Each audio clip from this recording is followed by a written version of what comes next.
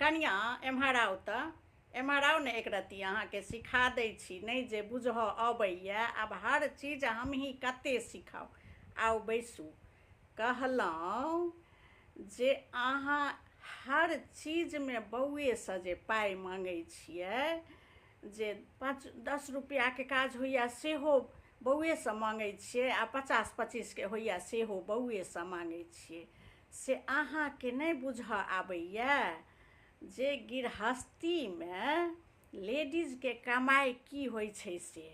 आइ सिखा दै छी, सुनियौ। बौआके जेबीमे सँ थोड़े थोड़े पाइ निकालि कऽ राखल करू, बुझलियै। आ ओहिसँ से बेर बेगरता काज दै छै, ओ जमा करू। हँ, पुरुष पात्र अपन आनि कऽ राखै छै घरमे, एतेक ईमानदार भेलासँ नहि काज चलै छै लेडीजके। किछु पाइ कौड़ी जमा कऽ कऽ रखैके चाही, वएह कमाइ भेलै, वएह इनकम भेलै। भरि दिन तऽ ई करू ओ करू, अहाँ रुमाल लिअ, चाय लिअ, पानि लिअ, एहन कऽ कऽ सेवा शुश्रूषा कऽ कऽ विदा करै छियै। आ एहन ईमानदार जे 10 रुपैआ दिअ, 20 रुपैआ ओहो लए माँगै छी। से किछु किछु पाइ निकालि कऽ जमा कयल करू, बुझलियै। तऽ देखियौ, अहाँके बौआ दै छथि ओ बात अलग छै, ओकर ओ हिसाब रखैत हेतै। लेकिन किछु चोरौका पाइ अहाँके रहैके चाही जमा, जे बौआ नहि बुझए। ओ भेलै अहाँके असली अपन।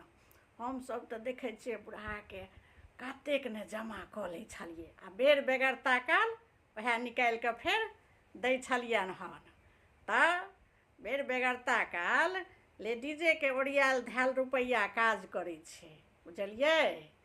तऽ ई जे हरदम माँगै छियै से भल माँगू, लेकिन अपन किछु ओरिया कऽ राखल करू। अरे असली जे छै गृहस्थी से अहिना होइ छै, जे किछु पाइ कौड़ी ओरिया कऽ अपन राखल करू, बुझलियै। माँ, ई तऽ बहुत नीक बात कहलखिन।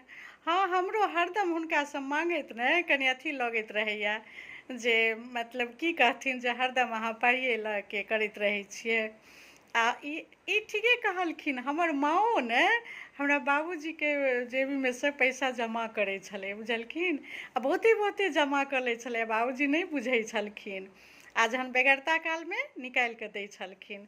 तऽ आबसँ हमहूँ सएह करबै, भने हमरा सिखा देलखिन। हमरो कए बेर मोनमे होइ छलए जे हम थोड़े थोड़े राखि कऽ जमा करै छियै, लेकिन फेर हमरा भेल कि जे कहीं हिनको खराब लागि जेतनि, ताहि दुआरे हम नहि राखै छलियै हन। लेकिन आब माँ हमहूँ रखबै, हिनकर सिखायल ज्ञान छै तऽ ई जरूर काज करतै। और जहन ठीके कहै छथिन, पुरुष पात्र ने बस अपन खाली हिसाब राखै छथिन। आ ई नहि जे कनिक जे दै छथिन ने माँ हमरा लगमे, सभटाके एक एक पाइके हिसाब राखै छथिन। लेकिन आब हम ओहीमे सँ बचा बचा कऽ रखबै आ जमा करबै, आ बेर बेगरता काल निकालि कऽ देबै। ठीक छै माँ, बहुत नीक बात कहलनि। हर लेडीजके ई काज करबाक चाही, जे अपना पतिमे सँ थोड़ेक पैसा बचा बचा कऽ चोरा चोरा कऽ जमा करैके चाही, नहि माँ। आ बेर बेगरता काल फेर निकालि कऽ दैके चाही।